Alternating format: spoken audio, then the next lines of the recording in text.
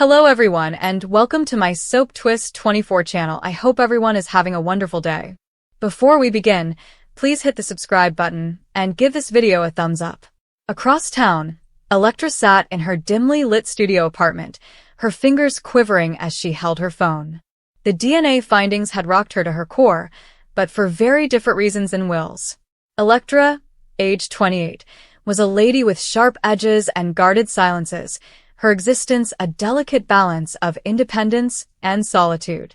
She'd sent her DNA to the same ancestry agency, hoping to discover a distant connection to a family she'd never met.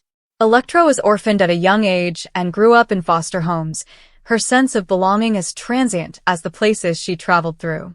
However, the results did not provide the answers she was looking for. Instead, they revealed a close match. Will, a stranger in Ashwood, happened to be her half-brother.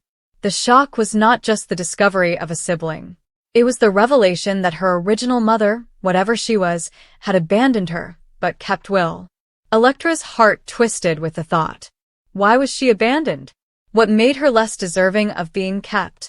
The questions nagged at her, each one harsher than the last. She hadn't yet reached out to Will. The prospect of meeting him, of seeing someone who shared her blood but not her pain, struck her with a mix of desire and horror. She wanted to know him, but she was afraid of what it would mean for her delicate self-esteem. Meanwhile, Katie sat at a corner table in a dimly lit cafe, her hands encircling a chilly cup of coffee. Katie, at 35, was a woman who carried her confidence like armor, but it was crumbling today. She had devised what she believed was a cunning plan, a dirty bargain, as Bridget described it. Katie and Bridget, lifelong friends and occasional rivals, were involved in a plot to manipulate the DNA testing procedure for their own benefit. Katie worked at the local lab, which provided her access to sensitive information.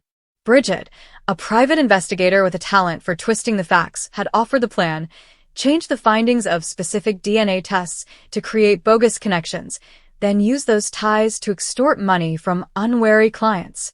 It was meant to be a quick and simple way to make money. However, their scheme backfired spectacularly. The laboratory discovered disparities in the altered data, and an investigation was underway. Katie's job was on the line, and her conscience was unraveling. She had not foreseen the human cost of their plan. The lives upended, the trust shattered. The aftermath included Will's findings, which Katie falsified with Bridget's guidance. The miracle he had been told about was a falsehood, a fabrication designed to satisfy their greed. Katie didn't know Will directly, but she'd seen his file, his photo, and the quiet optimism in his application to learn more about his heritage. She couldn't shake the shame, which stuck to her like damp air. Bridget, on the other hand, remained unapologetic. At 37, she had established a life based on calculated risks and moral uncertainty. She sat across from Katie in the cafe, her countenance harsh and her words low. "We can still get out of this," she remarked, looking around the room for eavesdroppers. "We just need to cover our tracks." But Katie wasn't convinced. Bridget's confidence, once a source of strength, suddenly seemed irresponsible. The shady bargain was Bridget's idea, but Katie went along with it, ignoring the niggling voice in her head that warned of the implications.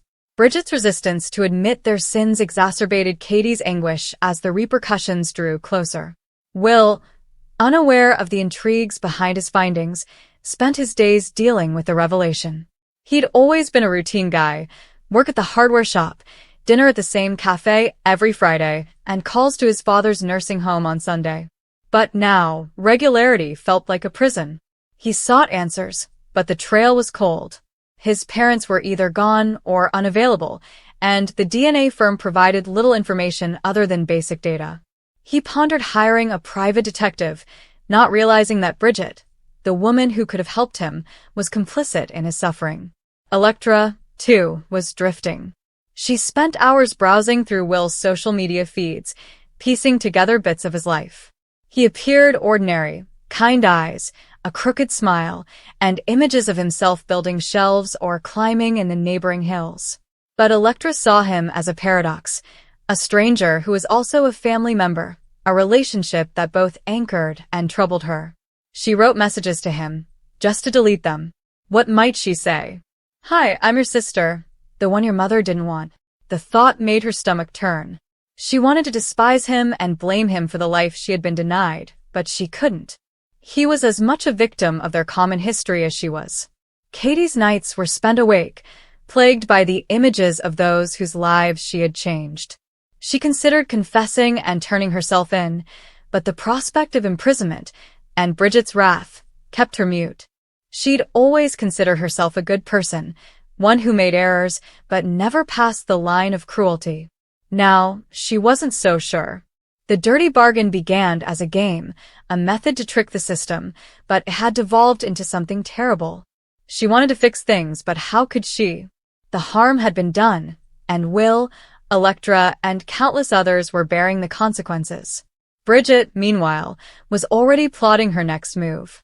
She had always been a survivor, capable of talking herself out of any situation. But even she could feel the walls closing in.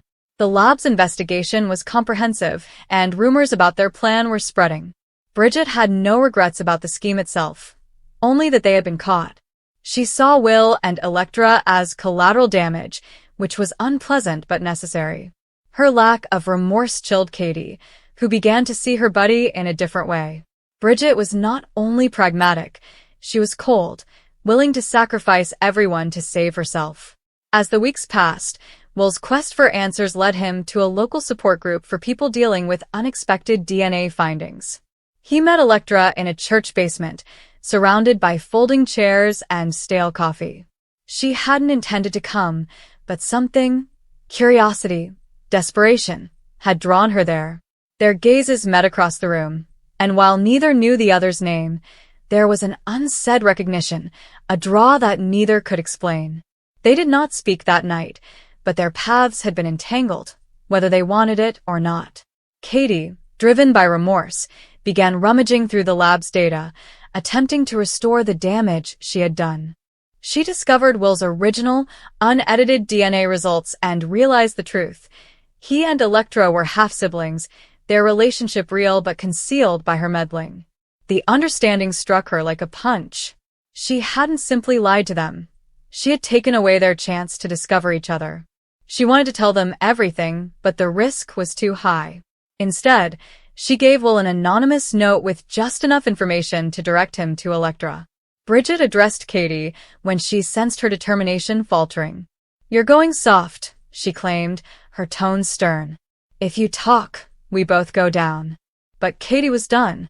She walked away from Bridget, the deal, and the lies. She wasn't sure if she'd give herself in, but she couldn't continue living under the shadow of their betrayal.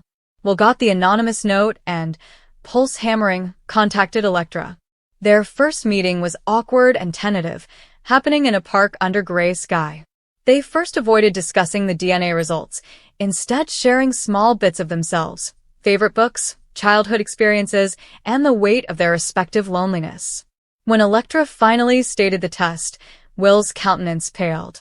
They compared their results, gradually revealing the truth. They were twins, separated by decisions they'd never comprehend. The revelation caused no delight.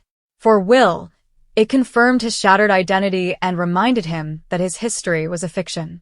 Electra felt a bittersweet ache. She had a brother, but the woman who had raised him had abandoned her. They clung to each other not out of love, but out of necessity. Two lost souls united by a same wound. Katie watched from a distance, her heart full with grief. She'd undone one lie, but the others remained, a stain she couldn't wipe away. Bridget, meantime, has vanished from Ashwood, leaving a trail of broken trust and unanswered questions. The rain continued to fall relentlessly as Will and Electra began the painstaking, agonizing process of rebuilding their love from the ashes of their past. Their narrative was not miraculous. It was a subtle tragedy, a tapestry of grief and betrayal created by decisions beyond their control. Will and Electra would never be completely healed, but they had each other, a frail, flawed bond in a world that had given them little else. And perhaps there was a kind of grace there, not miraculous but hard-earned, formed from the rubble of what could have been. Will stood in the center of the living room, the envelope still shaking in his hands. His mother's voice quivered as she murmured, "Open it, Will. We've waited long enough." The family had assembled for this moment, and everyone was too tight to breathe. The letter containing the DNA results felt heavier than anything he had ever held. When he finally ripped it open, time seemed to stop. His eyes flew across the printed lines before suddenly widening. "It's true," he said quietly, scarcely able to find his voice. "It's really true," Electra exclaimed, raising her palm to her mouth. She'd been standing at the window, her reflection in the glass, unsure if she wanted to hear what was inside the envelope. "What do you mean it is true?" she asked, her voice shaking. Will turned slowly toward her, the words hanging in his mouth. "The tests confirm it. You are my sister." The room went silent. Even the buzz of the refrigerator in the kitchen appeared to fade. Their mother burst into tears, and Will's father closed his eyes, remorse written across his face. Electra felt her knees weakening. She grasped the edge of the couch to keep herself stable. I do not comprehend. You claimed it was impossible. You said it couldn't be true." Her mother nodded through tears. "We did not know, dear. We were informed years ago that the clinic had made an error. However, they didn't. The truth had been hidden." Will's mind raced through the years, recalling every weird connection, every occasion when they seemed too close, too natural together. It all made sense now, but it also crushed his preconceived notions about his existence. Katie stood quietly across the room, watching. She'd been with Will for 3 years, and while their relationship had its ups and downs, she'd always felt like he was hiding something, a shadow from his past that he refused to share. She now knew what it was. "Will," she murmured softly, stepping forward. "You are shaking. Sit down." He sank onto the couch and rubbed his face with his hands. "I don't even know how to process this. I grew up thinking Electra was just someone from my past, someone I cared about but couldn't explain why. Now, everything is upside down." Electra sat across from him, tears in her eyes. "You are not the only one who is puzzled. I spent years believing my family did not want me, that I was mistaken. Now I find out you're one of them, and they kept it from both of us?" Bridget, Will's aunt, softly cleared her throat from the corner. She had been silent until now, although her face was pale, and her hands trembled slightly. "It wasn't supposed to happen like this," she told me. "Your mother believed it was best to protect you both. Were there any complications?" Electra snapped. "You think lying to me for my entire life is a complication?" Bridget turned away, remorse sweeping over her. "At the time, none of you could grasp some things. Your mom was afraid. The truth could have destroyed everything," Katie said, crossing her arms. "Looks like it's doing that right now." The room fell silent once more. Will attempted to speak, but no words emerged. The only sound was the tick of the clock on the wall. Finally, he rose up and paced back and forth. "So, what happens now? Can we simply pretend that never happened?" "No," Electra replied softly. "We cannot pretend. But perhaps we can start afresh. As family." Will turned to her, his eyes hazy. He repeated family, as if to test the word. It felt both exotic and familiar at once. Bridget stretched out and touched Will's arm. "You need to recognize that your father made mistakes." So did I. "But none of us intended to harm you." Will moved back. "So, why didn't you tell us the truth sooner? Why should we grow up apart? Why did I think she was gone?" Bridget paused. "Because telling the truth would have meant losing everything. Your mother and I made a pledge." Katie scowled. "To protect the family name and your father. So it was about reputation?" "No," Bridget replied hastily. "It was about fear. Fear of what would happen if people found out your father had another child." Electra's voice cracked. "So I was the secret." Bridget closed her eyes. Yes. "You were the secret." Electra moved away and covered her face. Will instinctively approached her, but paused halfway through. "I want to help," he replied softly, "but I don't even know how." "You can't fix what they broke," Electra answered quietly. "But maybe you can help me understand it." They sat down again, the air heavy with emotion. Katie took a deep breath and joined them, her voice calm yet firm. The truth is out now. You cannot undo the past, but you can choose the type of future you desire. You can choose to forgive or let this ruin you. Will expressed gratitude to her. Katie had always been the calm voice in the midst of chaos. He nodded slowly. You're correct. I don't want to lose anyone else.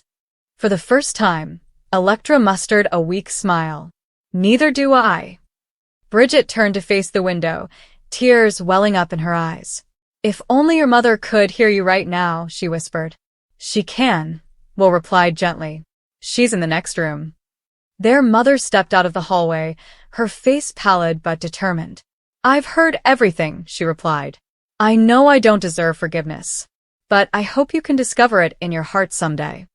Electra stood up and confronted her. You could have told me the truth years ago. You could have spared me the pain, her mother said, her voice cracking. I believed I was protecting you. I didn't want you to grow up in humiliation, feeling unwanted. I felt that anyhow, Electra admitted bitterly. Every single day. The comments were harsh, but accurate. Will gazed at them, torn. He wanted to console them both, but he had no idea how. Katie placed a hand on his arm to ground him. Maybe, Katie suggested softly, here is where mending begins. Not with answers, but with honesty. As the night progressed, the conversations softened and became more vulnerable. Bridget brewed tea in the kitchen, but nobody drank it. Electra sat near the fire, staring into the flames as if they could erase the past. Will sat beside her, still trying to figure out what this new chapter of his life meant. After a lengthy silence, Electra spoke. Do you remember our first meeting at the community center? Will nodded. You were working on the youth program. You assisted me with that fundraiser. I recall thinking you felt familiar, she added. Like I'd known you forever. He smiled slightly. Now we know why. They both chuckled softly, bittersweetly. It wasn't the kind of laughter that made everything better, but it was a start. Katie joined them and sat on the floor. Maybe we can all build something new, she suggested. This time, we have a true family. No lies. Bridget came in the doorway, her face softening. I'd like that too, she said. For a bit, everyone sat quietly together. It did not erase the sorrow or betrayal, but it did provide something that had been absent for years. Hope. As the fire flickered low, Will felt something shift inside him. He knew that the miracle was more than just the DNA test and the information it gave. The actual miracle was that they were all still alive, attempting to understand and forgive. Later that night, after everyone had gone to their rooms, Will remained alone by the window. The city lights shone faintly beyond the trees. Katie stepped up behind him and placed her arms around his waist. Are you okay? She whispered. He nodded. I believe so.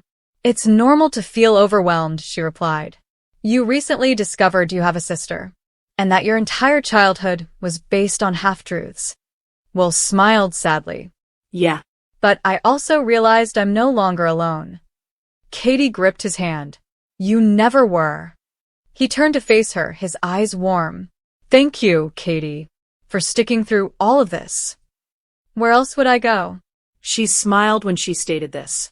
You're part of my family, too. The next morning, sunlight streamed across the kitchen table.